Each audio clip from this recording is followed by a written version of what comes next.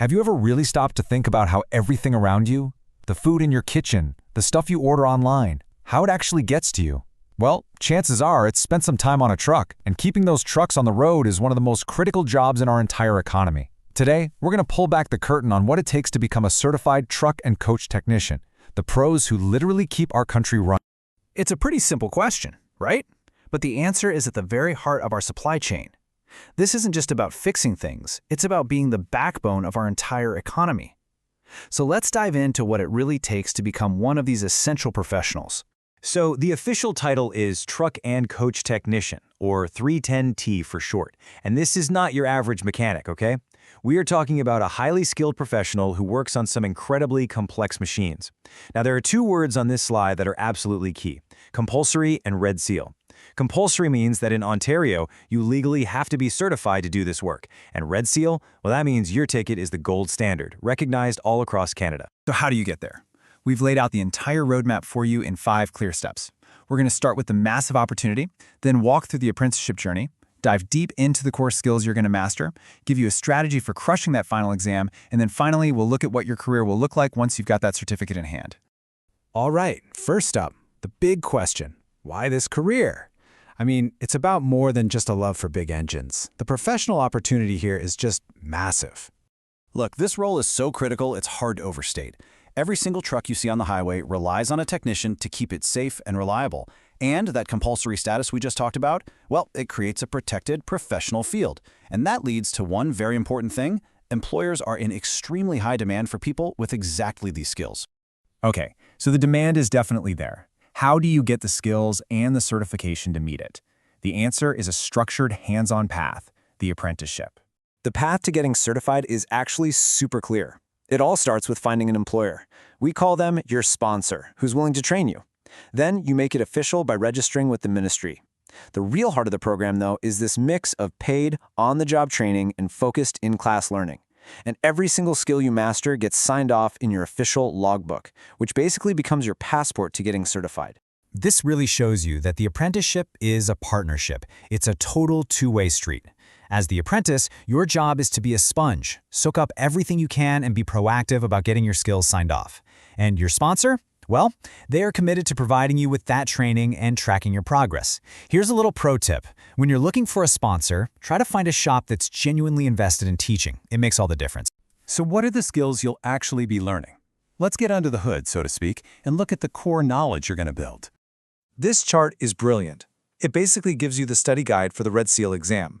Just look at the breakdown: drivetrain, electrical, and engine systems. Together, they make up almost 2/3 of the entire exam. This chart is telling you exactly where you need to focus your time and energy. Let's dive into that engine slice for a second. This is where you become an expert on the power source itself. You're going to master everything from the mechanical basics, like cylinder blocks and valve trains, all the way to the super high-tech stuff, like electronic unit injector or EUI systems, and the complex computers that manage the whole thing. And in those other 2 huge slices, electrical and drivetrain, you're learning how all that power is controlled and actually delivered to the road. This covers everything from heavy-duty electrical circuits and onboard computers to the massive mechanical parts like clutches, transmissions, and those tandem drive axles that put the power to the pavement. All right, you've put in the hours, you've mastered the skills, your logbook is completely full. Now there's just one final challenge standing between you and your Red Seal certification. And that is the Certificate of Qualification exam. Now, yeah, it's multiple choice, but don't let that fool you. This test is designed to see if you can apply your knowledge to solve real-world problems, and it's all measured against that really tough national Red Seal standard. So let's try one. Let's put you right in the driver's seat. A driver complains about low power. You take the truck for a road test. What are the first things you check? Just think about it for a second. What are the 2 most basic ingredients for making power in a diesel engine? The correct answer is A: boost and fuel pressures. And here's why that makes perfect sense. A diesel engine needs 2 main things to make power: air and fuel. Boost pressure tells you how much air the turbocharger is forcing in. Fuel pressure tells you how much fuel is being delivered. If you're low on power, one of those 2 things is almost always the culprit. The other options, those are things you might check later, but they're usually symptoms of another problem, not the root cause of a simple low power complaint. You've done it. You've conquered the exam. You are now officially a Red Seal certified 310T truck and coach technician. So what does that actually mean out there in the real world? This quote from a real job posting tells you everything you need to know.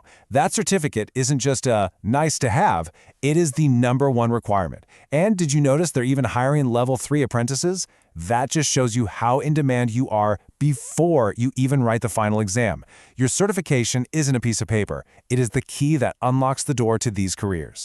But here's the thing. Employers are looking for more than just the certificate.